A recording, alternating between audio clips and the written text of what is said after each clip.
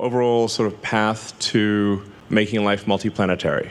We're doing a lot of good things at SpaceX. Starlink is incredible, providing connectivity throughout the world, and also paying for a lot of what we're doing. And Falcon 9 is the primary launch vehicle for Earth, doing more non-SpaceX launches than anything else. Starship is Starship is the first design of a rocket that is actually capable of making life multiplanetary, where success is one of the possible outcomes.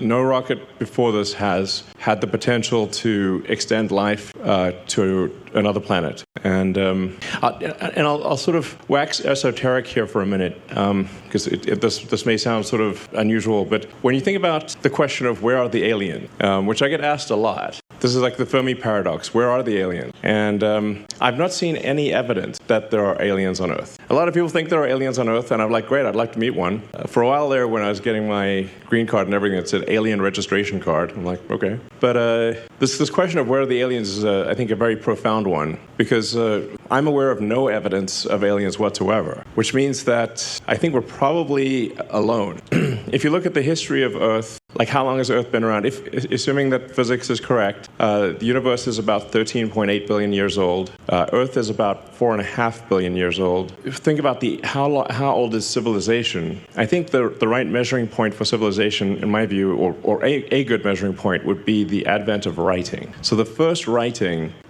is generally considered to be the ancient Sumerians. Where are they now?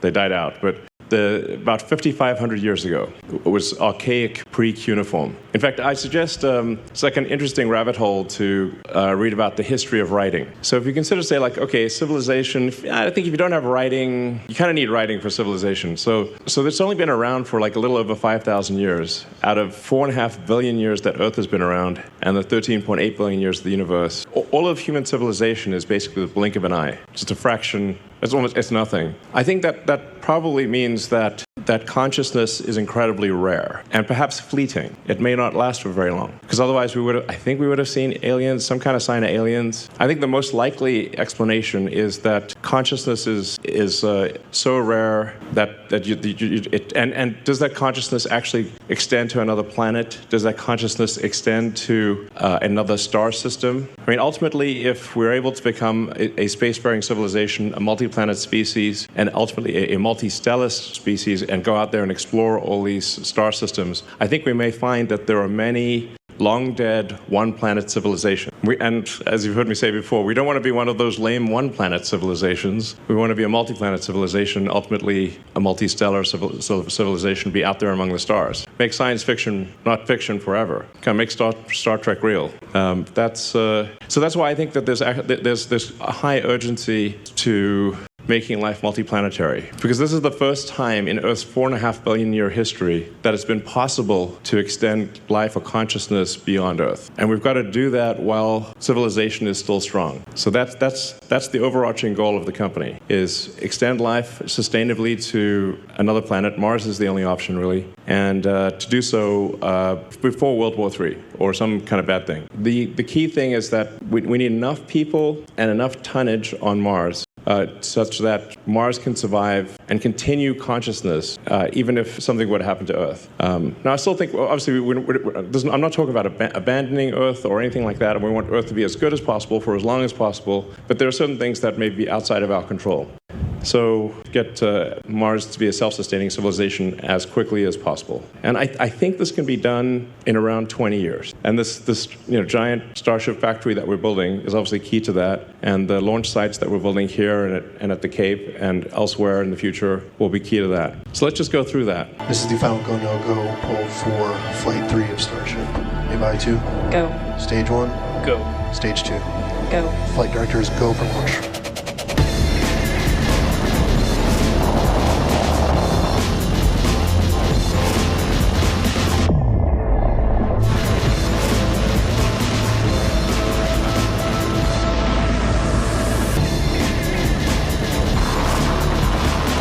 We have liftoff.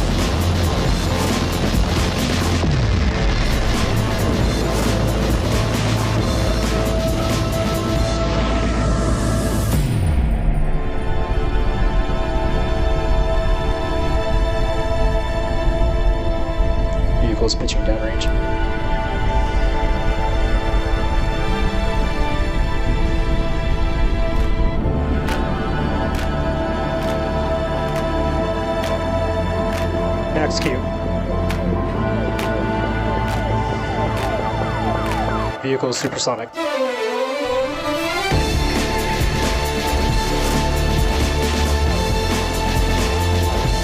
Steady separation.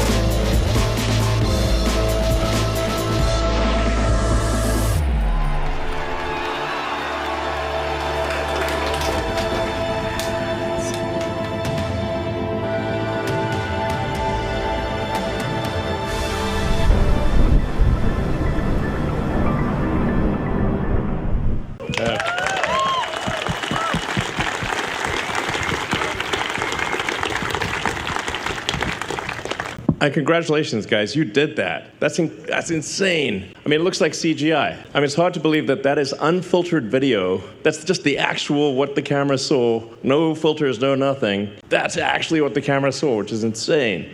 You're doing incredible work. Almost no one thought would actually happen. That this strange spot, we're basically on a sand spit by the Rio Grande. That is actually the gateway to Mars. Has to be like, if this was a movie, you'd be like, no way.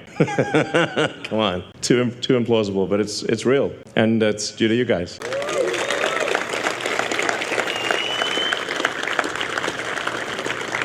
This is a side-by-side of the 3 flights. You can see our thruster weight improved significantly. So we've made tremendous progress from Flight 1 to Flight 2 to Flight 3. And we got Flight 4 coming up in about a month or so. And with Flight 4, we should, if we get, if fate smiles upon us, we'll get through the high heating regime and smash into the ocean at a controlled spot. And then hopefully be able to also do this with the booster, land on essentially a virtual tower. If the landing on the virtual tower with the booster works, then we will actually try with Flight 5 to come back and land on the tower. Yeah.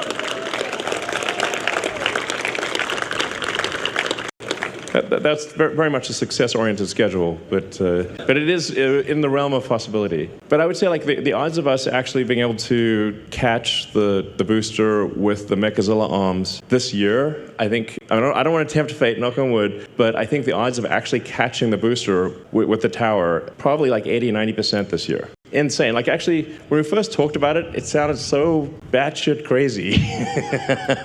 We're going to have a giant, it's like literally bigger than Mechazilla from this movie, that you'd catch like the biggest flying object ever made, mechanical arms out of the air. But we're going to do it, necessarily the first time, but it will work. So really, Starship is really the key to making life multiplanetary and preserving the light of consciousness. That's what it's all about. And it may end up being the most important thing that we ever do.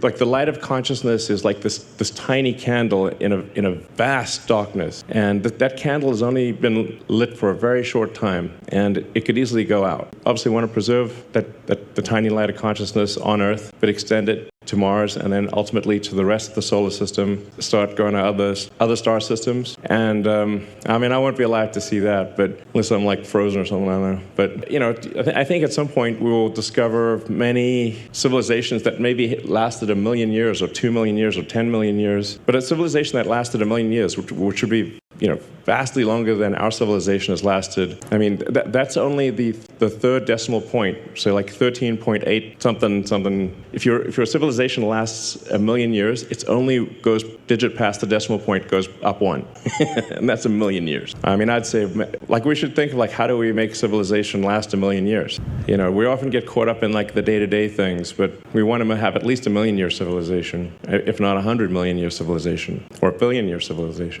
absolutely crucial to that goal is becoming a multi-planet species. People often ask why Mars. Well, there's not a lot of options, frankly. If Venus is a superheated, high-pressure acid bath, not what you don't want to go to Venus. And then the Moon is close, but it doesn't have an atmosphere. The gravity is only 1/6 that of Earth, and it's missing a lot of key resources. Also, the insulating value of the Moon relative to Mars is much less. So if there's something that takes out Earth, like let's say there's a World War III, global thermonuclear warfare, they'll probably throw a few nukes at the Moon. So whereas it's way harder to shoot Mars with nuclear, and Mars would see it coming and probably have some time to stop the inbound missiles. So the value of Mars, the difficult or the distance and time required to get to Mars actually has an insulating benefit for the continuation of consciousness, even if there's something terrible happens on Earth. And then once we go beyond Mars, there's some asteroids like Ceres, some of the moons of Jupiter. Starship would ultimately be capable of reaching anywhere in the solar system. And then we'll need something, a new level of technology to go to other star systems. But if we can't at least get to Mars, then other star systems are hopeless. I mean, it's a fixer-upper of a planet. It is... It's really the only option for becoming multiplanetary. And long term, we can warm up Mars, and we can densify the atmosphere, and there'd be a liquid ocean on about 40% of the surface. So we could make it an Earth-like planet long term. We've learned a tremendous amount from when we started the company, and at first were unable to get even a small rocket to orbit, to now where we've done 327 successful launches. Almost 300 landings. In fact, give it a few weeks and we'll have done 300 landings. 261 reflights. Many times I was told that reusability was impossible, and even if you did it, there would be no point because nobody would want to fly rockets that much. But now we routinely fly and land the booster, and we recover the fairing. We've learned a tremendous amount from the Falcon program that is then feeding into the Starship program. And Falcon and Starlink are what keep the company going. So I'd just like to give a hand to the Falcon team for the incredible work that they're doing.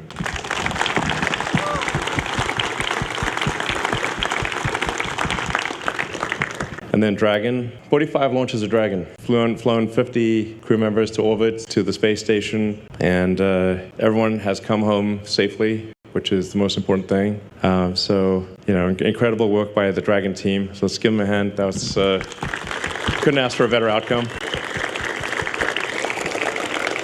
And Starlink, actually, if you look at the sort of the plot of all the satellites going around Earth, this look kind of scary, actually. But there's 6,000 satellites in operation, over 6,000, and 10,000 lasers, almost 3 million customers. So Starlink is doing a lot of good for people on Earth who either don't have internet access or it's very expensive, and so it's doing a lot of good on Earth. When I say we want to be a multi-planet species, we obviously want Earth to be as good as possible and Mars to be great. So Starlink is doing a tremendous amount of that, and we're learning a lot by having this big fleet. Starlink will also be very important for high bandwidth communication to and on Mars.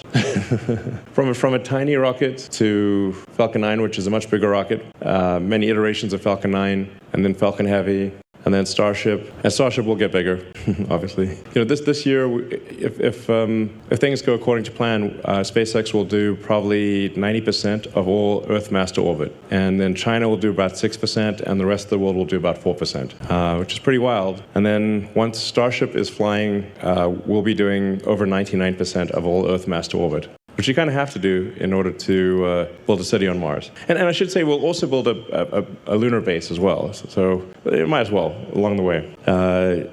Actually, Falcon 1 was really, half a ton to orbit. Slight error on the slide there. So Falcon 1 was about half a ton to orbit. Falcon 9, depending on in expendable mode, would do probably 25 tons to orbit. And Falcon Heavy, probably 70. These are just obviously rapidly increasing numbers, and Starship in its final configuration or its final form will probably do well over 200 tons to orbit with full reusability and be able to fly multiple times a day.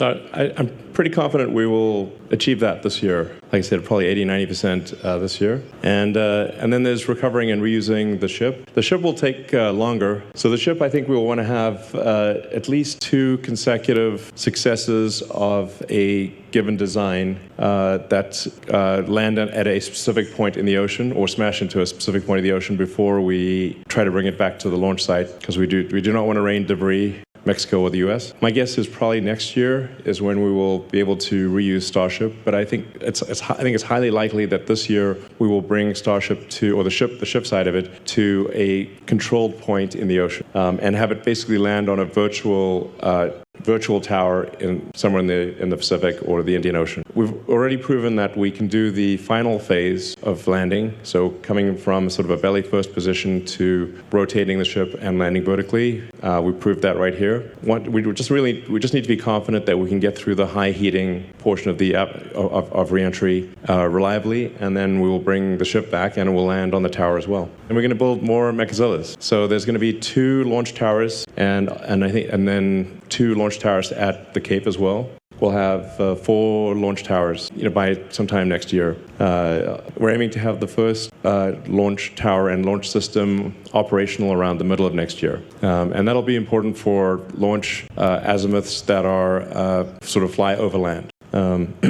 So I think what we should probably expect is that we do the development launches here, test anything new here, build the rockets, and then probably most of the operational launches would be from the Cape. So this year we're planning to build another roughly 6 boosters, and production rate will increase a lot next year. That's why we're building the giant factory. Ultimately, we'll need to build a lot more ships than boosters, especially for Mars, because you'll actually want to use the ship, take apart the ship and use it for raw materials on Mars, because the ship materials will be so valuable. Most of the ships you wouldn't want to bring back. You'd want to just use them for raw materials. Eventually, we will want to bring ships back, and I think we want to give people the option of coming back, because they're more likely to want to go if there's some option of coming back. But I think most of the people that go to Mars will probably never come back to Earth. And we'll need to ramp production to pretty high numbers, like I think ultimately probably multiple ships per day, basically. And then next year we're aiming to demonstrate ship-to-ship propellant transfer. It's hard to make this not look a little bit naughty, connecting and doing a fluid transfer. Just what it is, but this is actually a very important step on going to Mars, because you need to get the ship to orbit and then do orbital refilling, kind of like aerial refueling, and that's really you'll need about 5 or 6 refilling missions for every 1 mission that goes to Mars. So roughly 5 to 1. So and this will also be very important for the Artemis program for the NASA to get back to the moon. So we'll want to have a ship that is it's going to be a specialized ship for the moon. So the moon, obviously, there's no Mechazilla, so we need landing legs. And you don't need a heat shield, and you don't need flaps because there's no atmosphere. So the moon ship would be specialized. And now ultimately, I think we want to build Moonbase Alpha, and have a permanently occupied base on the moon. Like, that would be super exciting. And so you'd have a bunch of ships that are specialized for going to and from the moon, but they never land back on Earth. They just would dock with propellant tankers to get orbital refilling. So in terms of performance, we've made dramatic progress on every level for Starship. Remarkable that we can see the Raptor engines, how it has evolved from optimistically 185 tons to 280, and I think ultimately the booster engines will aim to get the booster engines over 330 tons of thrust, which would mean 10,000 tons of total thrust at liftoff.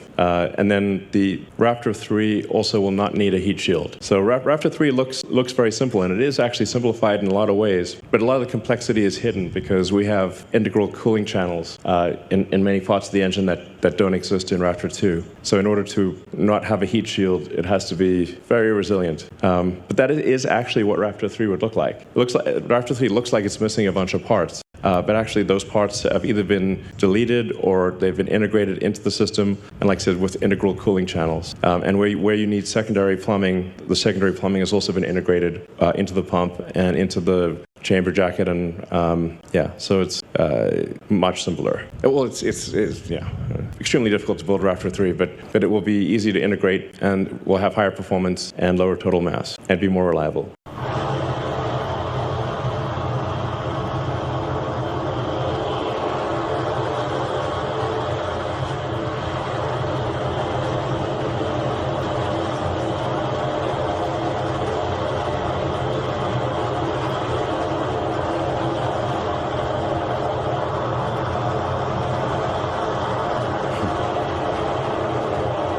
Well, that can go on for a while. I find it interesting to look at if you look at the flame tail on Starship and how long it is. It's a very long flame tail, which is due to the fact that the chamber pressure, well, it's just outputting a lot more gas at a higher velocity. But I think the flame tail is like maybe 1,000 feet long. It's like more than twice the length of the rocket. And that will actually get, as we increase the thrust, that will get longer. And inevitably, the rocket grows in height. So Starship 2, we're aiming for, currently Flight 3 around 40 or 50 tons to orbit. So the current design, Starship 2 will be over 100 tons, and then Starship 3 will be over 200 tons. And it's going from around 7,000 tons thrust to over 8,000. But I think we'll end up ultimately with more than 10,000 tons of thrust, probably 7,000 or 8,000 tons of liftoff mass, and at least 10 meters taller. We'll see exactly. It probably grows a bit more than that, even really. So if you look at Falcon 9, we're not going to do the length to diameter of Falcon 9. That would be crazy. But Falcon 9 is a very long rocket,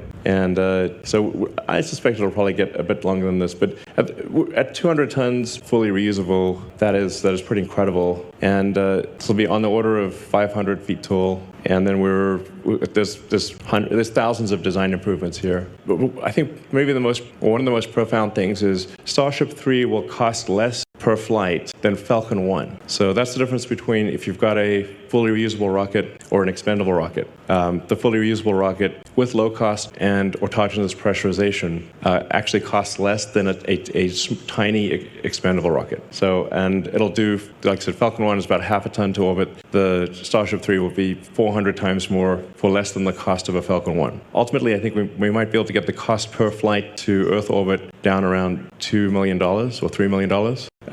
These are sort of unthinkable numbers from nobody ever thought that this was possible, but we're not breaking any physics to achieve this. So this is within the bound, without breaking physics, we can do this. So the Mars missions are 2 years apart, or 26 months. And if you look closely at the Starlink router, you see the Hohmann transfer from Earth orbit to Mars orbit. And that's basically to say to people, the Starlink system that you're buying is helping get humanity to Mars. I think it's pretty cool. So roughly every 2 years, thousands of ships would depart from Earth. It would look like Battlestar Galactica, but in a good way. Hopefully without being chased by the Cylons. But it would be an incredible thing to see these thousands of ships departing every 26 months. What this diagram is basically saying is that getting to Mars, we would essentially create a kind of a propellant depot ship. The propellant depot would look more like a hot dog than like a sphere. It's really just a long ship with a lot of insulation. And we'd fill that ship up, and then shortly before, as they're going to Mars, the ships take off with, a couple hundred tons of payload from Earth, reach orbit with almost no propellant, get refilled by the tanker, and then go to Mars and land, go all the way to Mars with over 200 tons of useful payload. Then on Mars, in the beginning, we would simply reuse the ship materials, so most of the ships wouldn't come back, but then over time, you'd want to bring the ships back so you could reuse them. And for that, we would need methane, CH4, and oxygen, O2 on Mars, which you can do with H2O and CO2. So the atmosphere is CO2, and there's plenty of water ice, H2O. So it's kind of like tailor-made for, the reason we have a methane oxygen system is because you can make methane and oxygen on Mars fairly easily. Just not a total walk in the park, but the ingredients are readily available to create methane and oxygen on Mars. So you build a propellant depot and bring the ships back and build out as quickly as possible a self-sustaining civilization on Mars. And we want to get the cost of going to Mars such that almost anyone could afford it. Like if somebody were to just work hard on Earth, save up, and that they'd be able to go to Mars. Anyone, ideally, almost anyone could go to Mars. And I think you'll see a lot of governments also sponsor people, and ultimately we'll want to get, so there's kind of an optimal landing zone on Mars where you have resources, access to water or frozen water, that you're not too close to the poles so you can use solar power. It would be nice to use nuclear. I don't know if we'll get the approval, but nuclear would be very handy on Mars because you can use the heat and you can generate electricity. And then you kind of want to be about 2 kilometers below sea level. So if Mars did have an ocean, you'd actually be quite deep in the ocean, at least at first. And so that's Mars. You kind of want to land halfway between the pole and the equator in a kind of a deep area of Mars. The deeper it is, the more you can use the atmosphere to brake, and the atmospheric density is higher. These are all the things that would have to be developed. Sometimes people ask me, are we developing these things? I'm like, not yet, because this is the cart, and we need the horse first. So the rocket is the horse, and then this is the cart. But ultimately, we'll need all these things, lots of power generation, mining in general, ice mining, propellant production, long-duration life support, a lot of construction, and then global communication. So I think this would open up a lot of opportunities for entrepreneurs that want to create things on Mars, whether that is a propellant. Well, I think we'll have to do the propellant depot, but whether it's like iron ore refining or a pizza joint or a bar, there'll be an opportunity to do all the things that we like on Earth on Mars. A Mars bar would be, yeah. So I think probably a rough order of magnitude guess for what you need, how many people do you need for a self-sustaining city is about 1 million, several million tons of cargo, which we can do, and we can do this in 20 years. But like I said, in order for it to be self-sustaining, you actually need the entire base of industry. You can't be missing any element. So that's really what's going to take a while is, do you have everything you need to survive on Mars? At that point, the future of consciousness is assured. If you do 10 launches a day at 200 tons, 1.5 million tons to LEO per opportunity, you net that out to 250,000 tons to Mars per opportunity. So that means you can get to 1 million tons 8 years, since the opportunities are 2 years apart. So I think that's pretty doable. And I'm like, we're actually going to do this. We are actually going to do it, which is insane to think. Millions of tons to Mars. And we're going to build a lot of vehicles, several thousand vehicles per year, which really quite doable, actually. It sounds like a lot, but it's very doable. Yeah, if you compare it to sort of car production, it's a small number. Of course, this is much bigger than a car, but even if you look at the total tonnage, it's still very doable to build several thousand vehicles a year. That's what we need to do, and we're going to do it. And then long term, we'll probably have some offshore launch sites. So you can just imagine all of these starships waiting in orbit for the planets to align, and then this gigantic Starfleet taking off from Mars. So we're actually going to do this. And where this started out, this was literally just a sandbar where we're standing right now. And now look at what we've done here. And we've gotten 3 flights off of Starship, and we've got a fourth one coming up. And we're building a gigantic factory that will be able to output a massive number of ships. It's surreal, but it's real. So we're actually going to do this. We're going to take humanity to Mars. I'm confident you can do it.